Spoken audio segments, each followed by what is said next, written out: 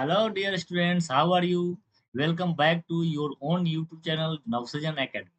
आज के दिन हम लोग क्लास 10 मैथमेटिक्स के अंतर्गत प्रश्नावली 1.1 जो है एनसीईआरटी का उसको सॉल्व करते हैं। पहला क्वेश्चन है, निम्नलिखित संख्याओं को अभाज्य गुणनखंडों के गुणनफल के रूप में व्यक्त कीजिए। तो चलिए सबसे पहले हम इस क्वेश्चन के लिए जो थ्योरी एप्लीकेबल है, जो जानकारी चाहिए, पहले हम लोग उसकी चर्चा करें। तो आपको जानकारी होना चाहिए अभाज्य गुणनखंडन क्या होता है। बेसिक रूप से आपको अभाज्य संख्या का भी जानकारी होना चाहिए, जिसको हम लोग प्राइम नंबर्स कहते हैं।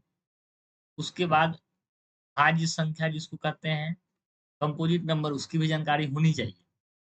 आशा करते हैं आपको इन दोनों संख्याओं के बारे में जानकारी होगा। अगर नहीं होगा तो मुझे कमेंट्स ज़रूर ही करें, मैं इस पे एक वीडियो। तो किसी भी भाज्य संख्या को अभाज्य संख्याओं के गुणनफल के रूप में प्रस्तुत करना, उसका अभाज्य गुणनखंडन। कोई भी संख्या हो, अगर भाज्य संख्या हो, तो उसको अभाज्य संख्याओं के गुणनफल के रूप में जब हम लोग लिखेंगे, तो वह अभाज्य गुणनखंडन कहलाता है। और इसके बारे में एक चीज़ और हमको ध्यान रखना है, जो कि इस चैप्टर का मेन थ्योरम है। क्या है? कि किसी भी भाज्य संख्या को, प्रत्येक भाज्य संख्या को अभाज्य संख्याओं के गुणनफल के रूप में अगर हम लिखेंगे, तो वह अद्वितीय होगा, मतलब यूनिक होगा। एक संख्या, एक भाज्य संख्या को एक ही तरह से अभाज्य संख्याओं के गुणनफल के रूप में व्यक्त किया जा सकता है, केवल उनके क्रम को छोड़ दें। अगर हम अलग-अलग क्रम को अलग-अलग काउंट नहीं करें, तो किसी भी भाज्य संख्या को अभाज्य संख्याओं के गुणनफल में व्यक्त करने की जो तरीका है वो अद्वितीय होगा, अर्थात केवल एक ही तरीका से हम लोग को लिख सकते हैं। तो फिलहाल हम लोग अभाज्य गुणनखंडन के बारे में समझ गए। और अभाज्य गुणनखंडन अगर आप करना चाहते हैं किसी भी संख्या का, तो आपको विभाज्यता के नियम का निश्चित रूप से जानकारी होना ही चाहिए। 2 से विभाज्यता के नियम क्या है, यहाँ पे मैंने नोट्स थ्योरी के अंतर्गत इसको दिया है, आप लोग इसको एक बार पढ़ लें। मैं डिटेल में नहीं जाऊँगा। 2 से, 3 से, 4 से, 5 से, 6 से, 8 से, 9 से और 11 से विभाज्यता के जो नियम हैं, ये बेसिक्स हैं, इनको आप पढ़ लें। तो चलिए हम लोग शुरू करते हैं। इन क्वेश्चंस में जो दी गई संख्याएँ हैं, उसका अभाज्य गुणनखंड। सबसे पहला हमारा जो जो संख्या दिया हुआ है, वो है 1। तो 140 का अभाज्य गुणनखंड करेंगे, तो सबसे पहले हम लोग क्या करेंगे, इसको अभाज्य संख्याओं से ही हम लोग भाग दे करके इसका गुणनखंडन प्राप्त करेंगे। तो ये सम संख्या है, तो जाहिर सी बात है 2 से विभाजित होगा। 2 सत्ते 14, जीरो। फिर ये भी सम है, ये भी 2 से डिवाइड। अब आते हैं 35, तो हम लोग विभाज्यता के नियम से पढ़ेंगे। यहाँ 3 और 5 का योग 8 है, ये 3 से विभाजित नहीं होगा, 5 से ज़रूर ही हो जाएगा। इस प्रकार से अब ये जो 7 आया, अब यह और किसी भी संख्या से विभाजित नहीं होता है, क्योंकि 7 जो है अभाज्य संख्या। आप जब भी अभाज्य गुणनखंडन करेंगे, तो निश्चित रूप से केवल और केवल अभाज्य संख्याओं से ही भाग दे देकर गुणनखंडन। तो इस प्रकार से हम लिख सकते हैं, अतः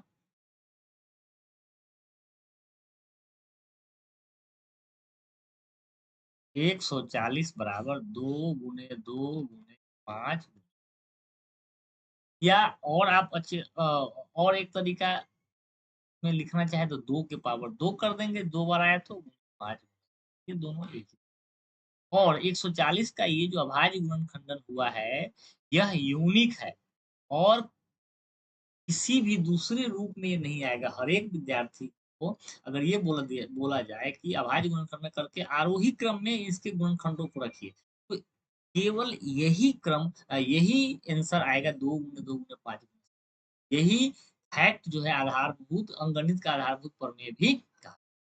चलिए अब हम लोग दूसरे क्वेश्चन में चलते हैं। ये 156 है, आप लोग खुद हल कर लेंगे, क्योंकि ये भी 146 की तरह छोटा संख्या है। हम लोग अब चलते हैं अगले क्वेश्चन में, 3825। तो हम लोग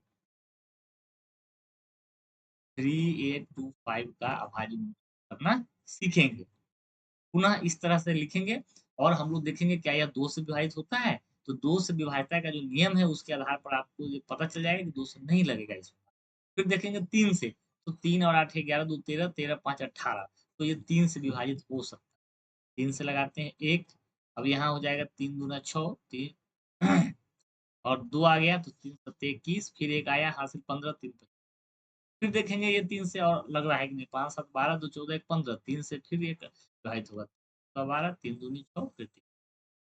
देखते हैं क्या यह फिर से 3 से होगा, 4 2 6 5 11। अब यह 3 से विभाजित नहीं हो रहा है, तो आगे चलेंगे।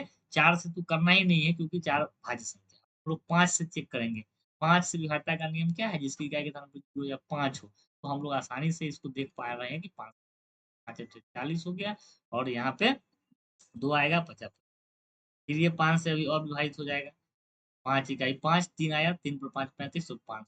अब ये जो 17 है, देखेंगे कि 17 जो है उसमें किसी भी अन्य संख्या से 17 और 1 के अलावा किसी और से इसमें भाग नहीं लग सकता है। ये तो खुद ही अभाज्य संख्या आ गया। तो हम लोगों का 3825 का अभाज्य गुणन क्या मिला?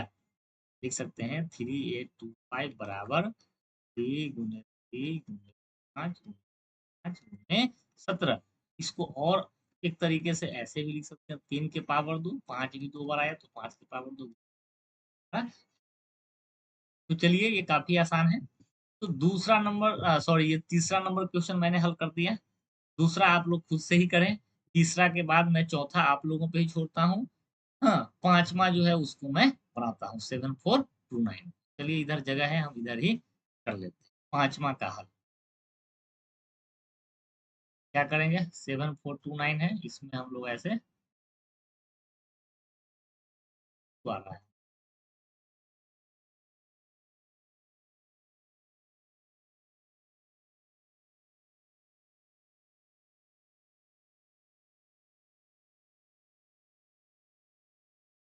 7429। बिल्कुल ही डरना नहीं है बच्चों, डरने की कोई बात नहीं है। आपको बस जो थ्योरी मैं बता रहा हूँ, जो मैंने लिखा है उस पर देखना है।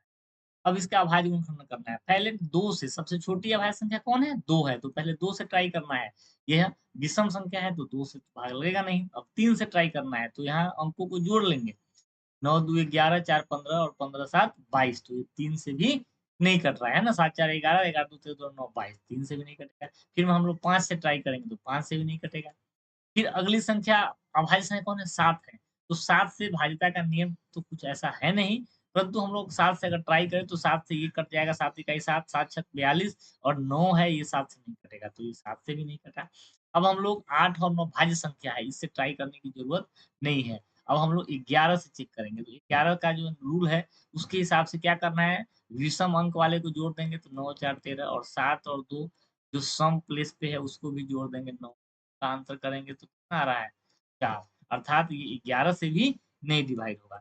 तो अगला संख्या कौन है, अगला अभाज्य संख्या होता है 13। तो अब हम लोग जो है 13 से कोशिश करेंगे। 13 से भाज्यता का नियम तो है नहीं, हम लोग चलिए ट्राई करते हैं। तो 13 से अगर हम करेंगे, रफ में देखेंगे, 13 25 65, तो यहाँ से आ जाएगा कितना, 9। 9 और 2 जो है हो जाएगा कितना, 92। तो फिर 13 से भाग लगाएंगे तो 13 13 छक 78, तो 78 आएगा। तो 92 से 78 घटा लेंगे तो हम लोग को मिलेगा 14। चलिए हम लोग देख ही लेते हैं यहाँ कर। 13 13 पच्चीस 65, तो आया कितना, 9। 9 पर 2 हो गया 92। तो 13 छक 78, 13 सत्ते 91, 7 से आया 91 1 9, अर्थात ये 13 से भी डिवाइड नहीं हो पाया। हम लोग अब ट्राई करते हैं अगला जो अभाज्य संख्या है। हम लोग अगले अभाज्य संख्या पे आते हैं। 13 के बाद 17 से हम लोग देखेंगे।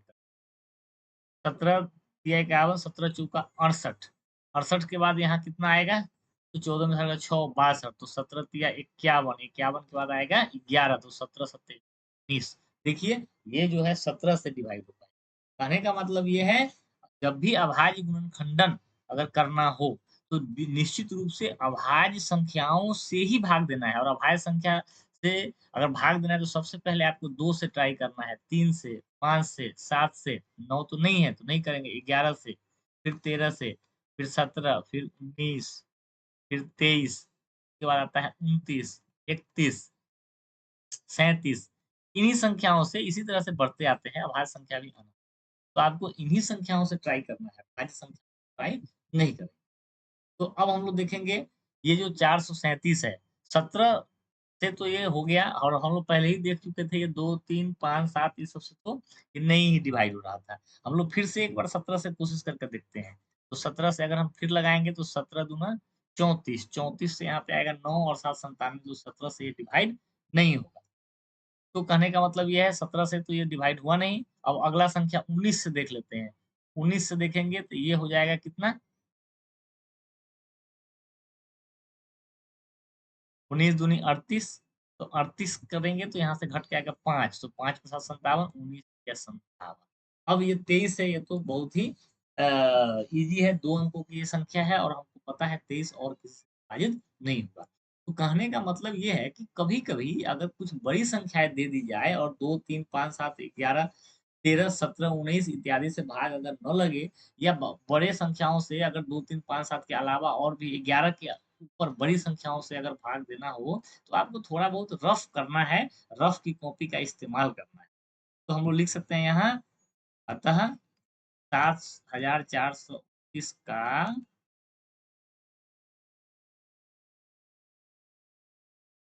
भाज्य गुणनखंडन 17 गुणे 19 20 इस प्रकार से आप इसको बना सकते हैं। चौथा नंबर का जो क्वेश्चन है ये हम आप लोगों पे ही छोड़ रहे हैं क्योंकि कुछ-कुछ चीज़ें जो है आप लोग खुद भी करना सीखें। हुँ, चलिए तो ये सब क्वेश्चन नंबर 1 हमारा हल हो गया, इसका थ्योरी भी हमने दे दिया। अब आते हैं हम दूसरे नंबर क्वेश्चन। दूसरा नंबर क्वेश्चन क्या कहता है?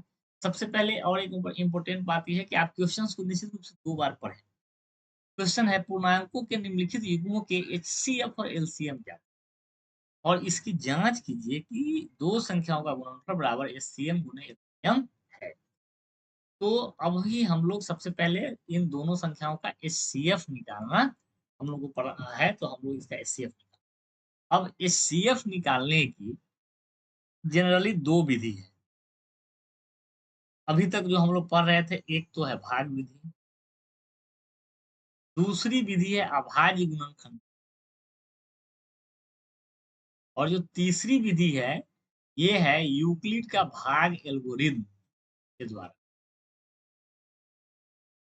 यूक्लिड का भाग एल्गोरिथम इसके द्वारा लेकिन ये जो भाग एल्गोरिथम है यह मेनली भाग विधि का ही कह सकते हैं एक बेसिक ये फॉर्म है। तो आप यहाँ पे जो आपको क्वेश्चन दिया गया है, आपको इसमें अभाज्य गुणनखंडन से एचसीएफ और एलसीएम क्योंकि बुक में या तो एचसीएफ निकालने के लिए यूक्लिड का भाग लेमा या भाग एल्गोरिथम का यूज़ करना है या नहीं तो अभाज्य गुणनखंडन का यूज़ करना है। तो अभी जो सिलेबस है उसमें यूक्लिड का भाग एल्गोरिथम जो है नए सिलेबस से हटाया गया है, हम तो अभाज्य गुणनखंडन इसका करके एचसीएफ थ्योरी क्या अप्लाइड होगा इसको भी देख लें। 2 या 2 से अधिक संख्याओं का एचसीएफ बराबर संख्याओं में उपस्थित प्रत्येक उभयनिष्ठ अभाज्य गुणनखंड की सबसे छोटी घात है। और एलसीएम के लिए क्या करते हैं संख्याओं में उपस्थित प्रत्येक ध्यान देंगे यहाँ पे है उभयनिष्ठ वालों का सबसे छोटा घात और यहाँ है प्रत्येक जितने भी हैं उन सबका सबसे बड़ा घात। तो ये अगर समझ में नहीं आ रहा है तो चलिए हम लोग उदाहरण के साथ इसको इसका हल कैसे हम लोग निकालेंगे। पहला क्वेश्चन हम लोगों को 26 और 91 इसका एचसीएफ निकालना। तो चलिए सबसे पहले हम लोग 26 का अभाज्य गुणा कर लेते हैं। तो अभाज्य संख्याओं से गुना करिए बस हो गया 2 गुने 13। फिर हम लोग 91 का भी अभाज्य गुणा कर लेंगे। ये 91 2 3 से भी नहीं कटेगा, 5 से भी नहीं कटेगा, 7 से कट सकता है, 13 से। तो हम लोग अब क्या करेंगे यहाँ लिखेंगे अतः 26 को हम लोग लिख सकते हैं 2 और 91 को हम लोग लिख सकते हैं 7 हो गया अभाज्य गुणनखंड। अब क्या कह रहा है कि अगर 2 या 2 से अधिक संख्याओं का एचसीएफ निकालना है, तो संख्याओं में उपस्थित प्रत्येक उभयनिष्ठ अभाज्य गुणनखंड की सबसे छोटी घात लेना है। अब यहाँ देखिए 26 के अभाज्य गुणनखंड और 91 के अभाज्य गुणनखंड में उभयनिष्ठ अर्थात दोनों में कॉमन अभाज्य गुणनखंड कौन-कौन है? तो हम देखते हैं 2 यहाँ है ही नहीं और 7 यहाँ नहीं है। तो कॉमन में केवल ये 13 है और ये 13 का घात यहाँ भी 1 है और यहाँ भी। हमको लेना क्या है सबसे छोटी घात। लेकिन जब दोनों में इक्वल है तो यही हुआ छोटी, 1 से छोटा तो और कुछ नहीं है। तो हम लोग लिखेंगे कि एचसीएफ बराबर हो गया। और अगर एलसीएम निकालना है, तो एलसीएम के लिए क्या करने के लिए बोलता है? अगर एलसीएम हो तो संख्याओं में उपस्थित प्रत्येक अभाज्य गुणनखंड की सबसे बड़ी घात का गुणनफल। तो अभाज्य गुणनखंड में जितनी भी संख्याएँ उपस्थित है सबको लेना है और उनका बड़ा पावर लेना है। जैसे यहाँ 2 है, तो 2 जो है यहाँ पे 1 है और यहाँ पे तो है ही नहीं, मतलब 2 का पावर यहाँ 0 है। तो ये दोनों में जो बड़ा पावर है वही लेना है। यहाँ तो 2 है ही नहीं, खैर तो चलिए हम लोग ये समझते हैं कि 2 यहाँ नहीं भी है, तो अगर कहीं 1 भी किसी भी संख्या में है उन सबको लेना है। तो 2 यहाँ से ले लिए, 13, 13 यहाँ भी है, यहाँ भी है। तो 13 को हम एक बार ले लिया है तो यहाँ पे इसको कट कर, नहीं तो वो 2 बार काउंट हो जाएगा 13, और 7 जो बचा रह गया वो 7। इस प्रकार से आपका एलसीएम क्या, 13 दूनी 26 और 26 7 तक ऊपर करेंगे तो 6 सत्ते 42 के 2 हम क्या समझ। तो ये हो गया। इस प्रकार से लोग अगले सवाल में चलते हैं। अगला क्वेश्चन क्या है? 510 और 92 इनका भी हम लोग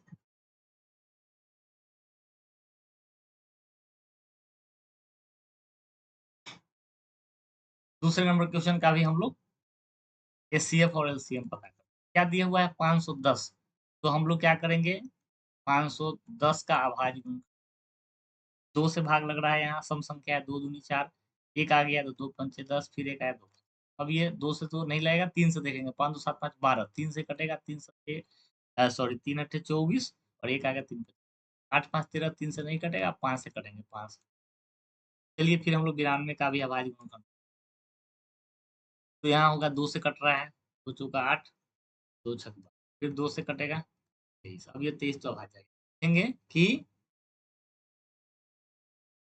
510 और 92 का अभाज्य गुणनखंडन करने पर हम पाते हैं कि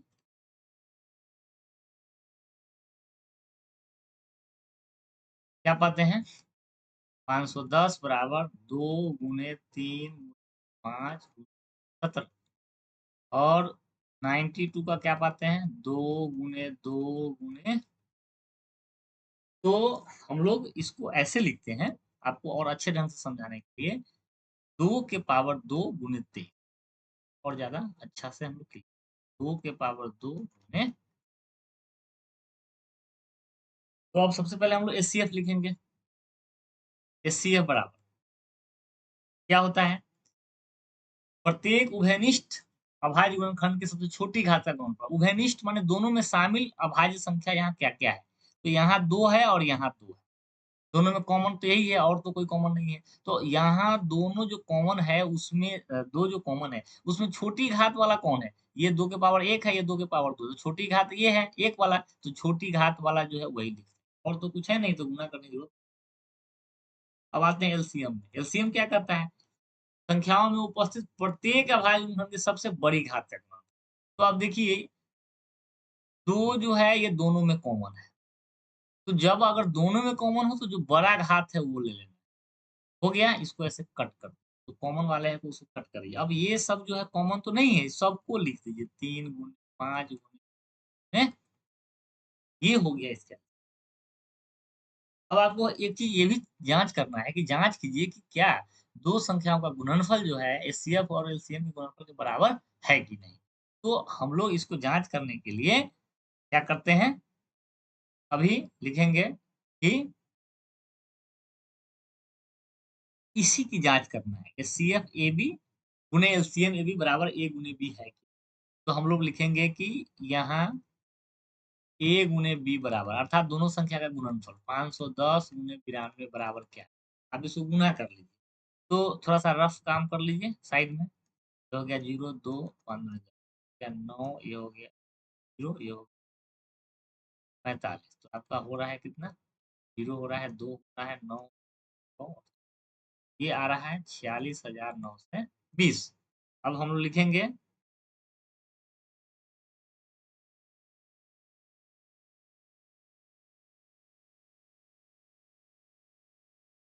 HCF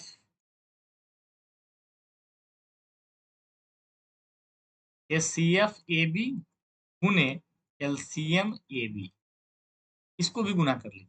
तो यहाँ पे आ रहा है, ये 2 है ना? और ये जो है आपको 2 दूनी 4, 4 तिया 12, 12 पंचे 60, 60 और 17 और 23 का गुना। तो आप करके देख लीजिए थोड़ा, 60 गुने 17 करेंगे रफ में तो ये हो जाएगा 17 छक्के 102, 1020, फिर गुने 23 है। 23 करेंगे तो यहाँ पे हम एक ही बार कर देते हैं, 23 से 0, 23 दूने 46 के 6 हाथ में 4, 4 यहाँ पे आ जाएगा और 23 इकाई 23। ये हो गया हमारा एलसीएम का गुना, और एचसीएफ 2 है तो 2 गुने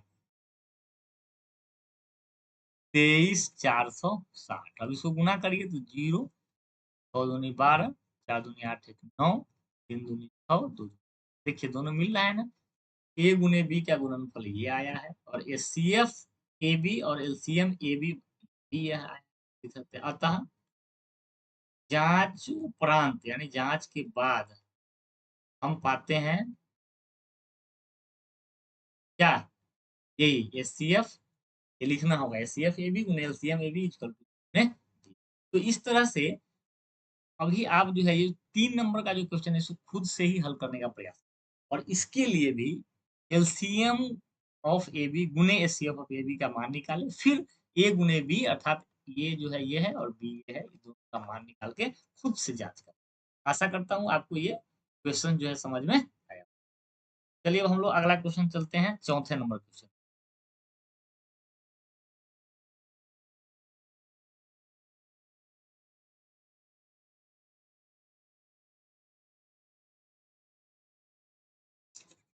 यहाँ भी सेमी क्वेश्चन है, HCF of 306 and 657 is equal to 9। तो एलसीएम ऑफ 306 और 657 क्या हो? तो हम लोगों को इसी फार्मूले का यूज करना है। तो लिखेंगे कि हम जानते हैं कि हल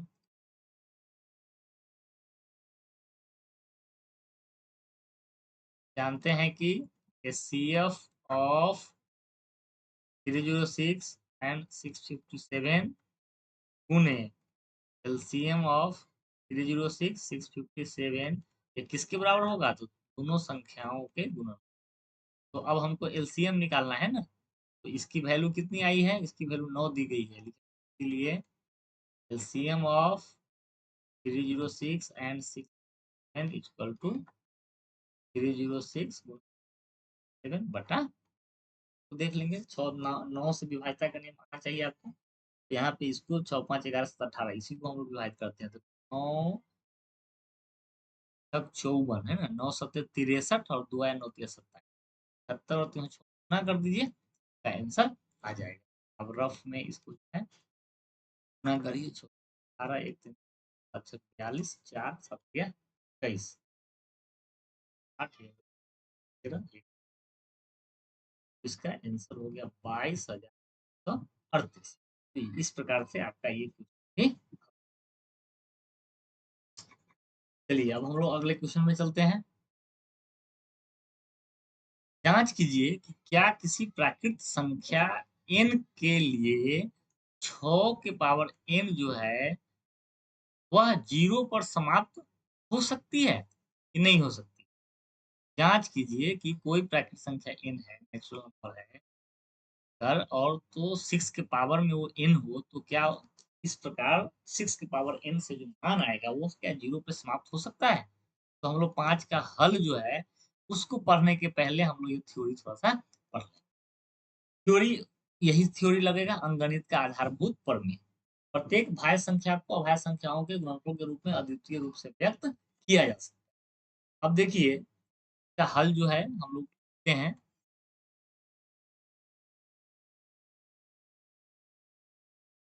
दिया गया संख्या बराबर क्या है 6 के पावर, लिखेंगे 6 का अभाज्य गुणनखंडन है क्या? तो 2 गुना, तो अतः अतः 6 के पावर n बराबर 2 गुने 3 पावर n। तो n का कोई भी वैल्यू होगा वह 2 गुने 3 2 गुने 3 के ही गुना के रूप में होगा। परंतु अभी आप ध्यान देंगे कि इकाई के जगह पे 0 आने के लिए 100 के पावर n के इकाई के जगह पे 0 आने के लिए अगर हम देखें तो अभाज्य संख्या क्या-क्या है? 2 है, 3 है, 5 है, 7 है, 9 है, 11 है, 13 है। ये सभी तो अभाज्य संख्याएँ हैं। तो अभाज्य संख्याओं का जो भी हमारे पास अवेलेबिलिटी या समूह है, जो भी अवेलेबल अभाज्य संख्या, किसी भी संख्या का अगर अभाज्य गुणनखंडन करें या कोई भी संख्या जिसके इकाई की जगह पर 0 हो, तो 0 का मतलब क्या है कि वह संख्या सम संख्या होना चाहिए। तो सम संख्या है तो उसके अभाज्य गुणनखंड में 2 होना चाहिए। और दूसरी बात है कोई भी संख्या जिसके इकाई की जगह पर 0 है तो 5 से भी विभाजित होता है। तो कहने का मतलब ये है कि 6 के पावर n में इकाई के जगह पर 0 आने के लिए 2 और 5 ये निश्चित रूप से कम एक बार उपस्थित हो। किसी भी संख्या के इकाई के जगह पर 0 आने के 2 और 5 यानी उसके अभाज्य गुणनखंड में 2 और 5 का कम से कम एक बार आना आवश्यक है, नहीं तो उसकी इकाई की जगह पे 0 नहीं आएगा। तो हम लोग इसको क्या लिखेंगे?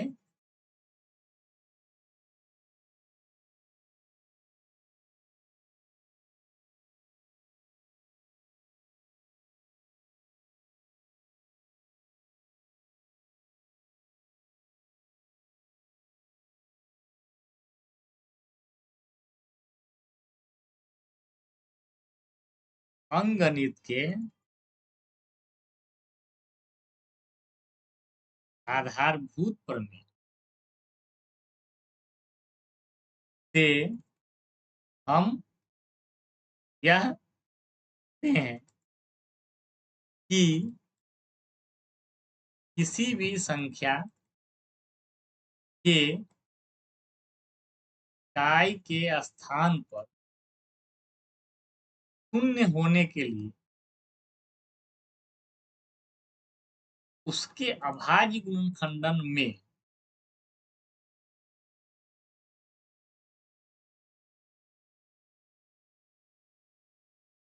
दो और दोनों में से दोनों ही रहना चाहिए। ये नहीं कि केवल 2 और केवल 5 हो जाएगा तो 0 आ जाएगा। 2 और 5 दोनों ही रहना चाहिए। तो उसके अभाज्य गुणनखंड में 2 और 5 का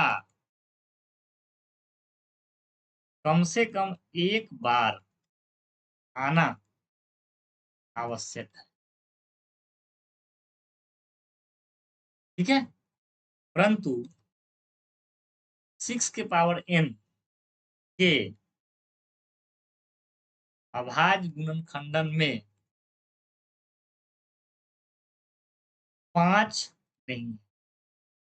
2 तो है लेकिन 5 नहीं है। अतः 6 के पावर n के इकाई के स्थान पर 0 नहीं आ सकता।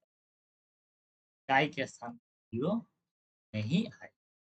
ये कैसे सिद्ध हुआ? तो अंकगणित के आधारभूत प्रमेय से। क्योंकि अभाज्य गुणनखंडन जो होता है वो अद्वितीय होता है और हम लोग यहाँ अभाज्य गुणनखंडन ही किए हैं और कोई दूसरा पॉसिबिलिटी है ही नहीं 2 गुने 3 के अलावा।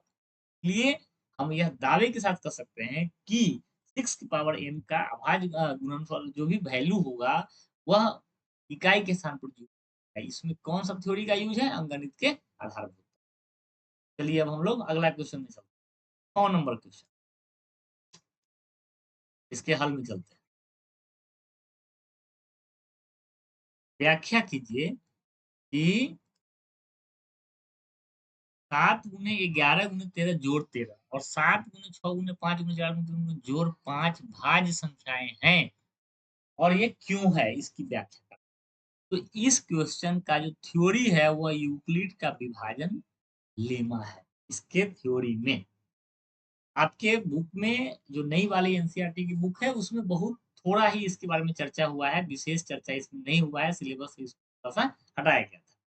तो चलिए हम लोग पहले यूक्लिड विभाजन लेमा पढ़ लेते हैं। प्रत्येक 2 धनात्मक पूर्णांकों a और b के लिए अद्वितीय पूर्ण संख्या q और r इस प्रकार होती है कि a बराबर b q प्लस r, जहाँ r जो है वह 0 या उससे बड़ा होगा और हर हाल में b से अर्थात भाजक से छोटा। यह वही चीज़ है जो हम लोग बचपन से पढ़ते आ रहे हैं, भाज्य बराबर भाजक गुने भागफल जोड़ शेष। परंतु इसमें नया क्या पढ़ना है? नया आपको ये चीज़ें समझनी है कि कभी भी जो शेष होता है वह या तो 0 होगा, नहीं तो उससे बड़ा। शेष हमेशा क्या होगा? 0 या उससे बड़ा होगा और हर हाल में भाजक से छोटा होगा। हर हाल में भाजक से छोटा होगा। ये आपको यहाँ और दूसरा जो चीज़ समझना है, वो ये है कि दूसरा आपको ये चीज़ समझना है कि अगर भाज्य बराबर भाजक गुने भागफल जो शेष अगर हम करते हैं किसी भी संख्या के लिए और अगर शेष 0 आ रहा है, शेष क्या आ रहा है? 0 आ रहा है। इसका मतलब ये है कि ये जो भाजक है, यह इस भाज्य को पूरा-पूरा विभाजित कर दे रहा है। अर्थात ये जो भाजक है, यह इसका एक गुणनखंड भी ये 2 चीज़ आप इससे समझ और तीसरा चीज़ आपको एक चीज़ और यहाँ समझना है कि Q और R पूर्ण संख्या होती है। कहने का मतलब ये है कि भागफल भी 0 आ सकता है। ये भी ध्यान दीजिए। अगर आप मान लेते हैं कि 5 से 4 में भाग तो क्या होगा? भागफल 0 आ जाएगा क्योंकि प एक मर्तबा भी नहीं नहीं लग रहा है। तो भागफल भी 0 हो सकता है, कह रहा है अद्वितीय पूर्ण संख्या की ओर R होता है, मतलब R तो 0 हो ही सकता है, भागफल भी 0 होगा और ये Q और R हमेशा यूनिक होगा। कहने का मतलब ये है कि किसी भी संख्या से अगर आप एक दूसरी संख्या को भाग देंगे, तो जो भागफल और शेष है, वो हर लड़का, हर स्टूडेंट भाग देगा तो एक ही आएगा। अगर अलग-अलग आता है मतलब किसी एक का भाग जो है गलत है। अगर सबका सही आंसर आना है तो सबका यूनिक भाग ये सब चीज़ें इस प्रमेयिका से आपको समझना चाहिए। तो हम लोग को अभी सिद्ध करना है कि ये जो संख्या है, जो 2 संख्याएँ दी गई है, वो भाज्य संख्या लिखेंगे हम लोग हल में। दी गई संख्या है, पहला संख्या क्या है? 7 गुने 11 गुने 13 जोड़ अब इसको भाज्य चेक करने के लिए एक तो तरीका ये है कि आप इसको गुणा करिए, जोड़िए, फिर देखिए विभाज्यता का नियम लगा करके कि ये भाज्य संख्या है, किसी से विभाजित हो रहा है क्या? और दूसरा जो तरीका ये है, जो हम लोग अभाज्य गुणनखंडन पढ़े हैं, जैसे 16 का अभाज्य गुणनखंडन 2 गुने 2 गुने 2 गुने 2 या हम कह सकते हैं 15 का अभाज्य गुणनखंडन होता है 3 गुने तो अगर कभी भी किसी भी संख्या को गुणा के रूप में अगर हम केवल लिख दें, अगर उसमें जोड़ का रूप नहीं हो, केवल और केवल गुणा का रूप हो, तो अर्थात उसके गुणनखंड हो जाते हैं। कोई भी संख्या का बराबर अगर कुछ गुणा के रूप में, गुणनफल के रूप में अगर कुछ संख्याएँ लिखी गई हो, मतलब ये है कि ये जो संख्याएँ हैं, जैसे 15 को 3 गुने 5 लिख मतलब क्या है कि 15 में 3 से भाग देंगे तो 5 से पूरा-पूरा कट गया, शेष 0 आ रहा है और 5 से भी पूरा-पूरा भाग देंगे 5 से भाग देंगे तो 3 मरतबे कटेगा, शेष 0 आ गया। कहने का मतलब ये है कि ये जो गुणा के रूप में जो भी संख्या हम लोग यहाँ लिख दिए हैं, मतलब ये है कि ये दोनों संख्याएँ 15 को पूर्णतः विभाजित करती है, अर्थात 15 भाज्य संख्या। तो हम लोग को जो संख्या दी गई हुई है, वह गुणा के रूप में नहीं है, ध्यान दीजिए। ये गुणा के रूप में नहीं है, ये क्या है? जोड़ के रूप में भी यहाँ पे दे दिया। अगर यह पूरा का पूरा गुणा के रूप में लिखा जाए, तब हम कह सकते हैं कि ये भाज्य है। तो हम लोग लिख सकते हैं कि दिया गया संख्या है। इसको आप लिख सकते हैं क्या? यहाँ ध्यान दीजिए, ये केवल गुणा के रूप में लिखा जा सकता है, तो आप देख सकते हैं यहाँ भी 13 है और इस टर्म में भी 13 है। 2 पद है, दोनों में कॉमन है 13। तो यहाँ मिलेगा 7 गुने 11 जोड़ अभी मिला अब हम लोग ब्रैकेट को अगर जोड़ हटाना चाहें तो 11 सत्ते 70 और एक 78 और इस प्रकार से जो संख्या हमको दी गई थी, यह संख्या 13 गुणे 78 के रूप में आ गया। मतलब ये है इसमें शेष 0 है, इस संख्या में अगर 13 से भाग देंगे तो 78 मरतबे कटेगा, 78 से भाग देंगे तो भी ये 13 मरतबे कटेगा। अर्थात ये जो संख्या था, इसके गुणनखंड है 13 और 78 हालाँकि ये अभाज्य गुणनखंड नहीं है। अभी हम अगर अभाज्य गुणनखंड करना चाहें, तो इसको और एक बार लिख सकते हैं 13 गुणे 78 को भी लिख सकते हैं 6 गुणे ये हुई दी गई संख्या और यह जो भी संख्या है उसको 13 भी पूर्णतः काट रहा है, 6 भी उसको पूरा-पूरा काट दे रहा है तो और ये 13 तो है ही। कहने का मतलब ये है कि ये जो संख्या दी गई थी, यह गुणनफल के रूप में लिखने पर ऐसा आ रहा है कि 13 इसका एक गुणनखंड है, 100 भी इसका एक गुणनखंड। अब ये कैसी संख्या है? लिखेंगे, हम पाते हैं कि 13 और 6 को और तोड़ेंगे तो 2 और 3 भी आएगा। तो कहने का मतलब 2, 3 एवं 13 दी गई संख्या का गुणनखंड है। तो जब भी किसी संख्या का गुणनखंड 1 और उसके अलावा और भी यानी उस खुद के अलावा और भी कोई संख्या है, तो वो संख्या भाज्य होता है। तो कह सकते हैं, अतः दिया गया संख्या भाज्य। ये हो गया इसका। उसी तरीके से आप लोग दूसरी जो संख्या है, इसको भी खुद से आप लोग बना सकते हैं। नहीं बना पाए तो कमेंट करें, हम इसका हल आते हैं। अब हम लोग अगले क्वेश्चन 7 नंबर। 7 नंबर क्वेश्चन है, किसी खेल के मैदान के चारों ओर एक वृत्ताकार पथ है। इस मैदान का एक चक्कर लगाने में सोनिया को 18 मिनट लगते हैं, जबकि इसी मैदान का एक चक्कर लगाने में रवि को 12 मिनट लगते हैं। मान लीजिए वो दोनों एक ही स्थान पर एक ही समय पर चलना प्रारंभ करते हैं, तो कितने समय बाद वो पुनः प्रारंभिक स्थान पर मिलेंगे? तो ये जो क्वेश्चन है, आप बस ये समझ लीजिए कि ये है सोनिया। उसको मैदान का चक्कर लगाने में लगता है 18 मिनट, मतलब वो 18 मिनट पे एक चक्कर लगाया, फिर 18 मिनट पे एक चक्कर लगाया, फिर 18 मिनट पे एक चक्कर लगा रहा है ना। अर्थात ये 18 या 36, ये हो गया 54, फिर वो जो है 72 पे एक चक्कर। और रवि जो है वो 12 मिनट में ही लगा लेता है। कहने का मतलब रवि जो है 12 मिनट में एक चक्कर, फिर 12 दूनी 24 मिनट पे दूसरा चक्कर लगा देगा, और फिर 12 तिया 36 मिनट पे तीसरा चक्कर भी लगा देगा। कहने का मतलब ये है कि आपको सोनिया का जो है, सोनिया द्वारा लिया गया समय है 18 मिनट और रवि द्वारा लिया गया समय है 12 मिनट। इन दोनों संख्याओं का कॉमन मल्टीपल निकालना। क्या निकालना होगा? कॉमन मल्टीपल, वो भी कौन सा? Lowest common. अर्थात ऐसी सबसे छोटी संख्या जहां पे 18 और 12 दोनों एक साथ मिले। तो लोवेस्ट कॉमन मल्टीपल का मतलब क्या होता है? एलसीएम। इसका मतलब क्या है? लॉस और लघुत्तम समापवर्त। तो आप 18 और 12 का लघुत्तम समापवर्त निकालें के बाद आपको मिल जाएगा। तो आशा है आप इसको खुद ही अब बना लेंगे। 18 और 12 का एलसीएम निकाल करके जो एलसीएम आएगा, उतना मिनट के बाद वे दोनों फिर से प्रारंभिक का हल। तो आशा करता हूँ हम आपको बेटर ढंग से बताने में कुछ हद तक सफल हुए होंगे। अगर आपको ये वीडियो पसंद आ रहा हो तो निश्चित रूप से हमारे चैनल पे जुड़े रहें, लाइक और शेयर भी करें, सब्सक्राइब भी करें। बहुत बहुत धन्यवाद।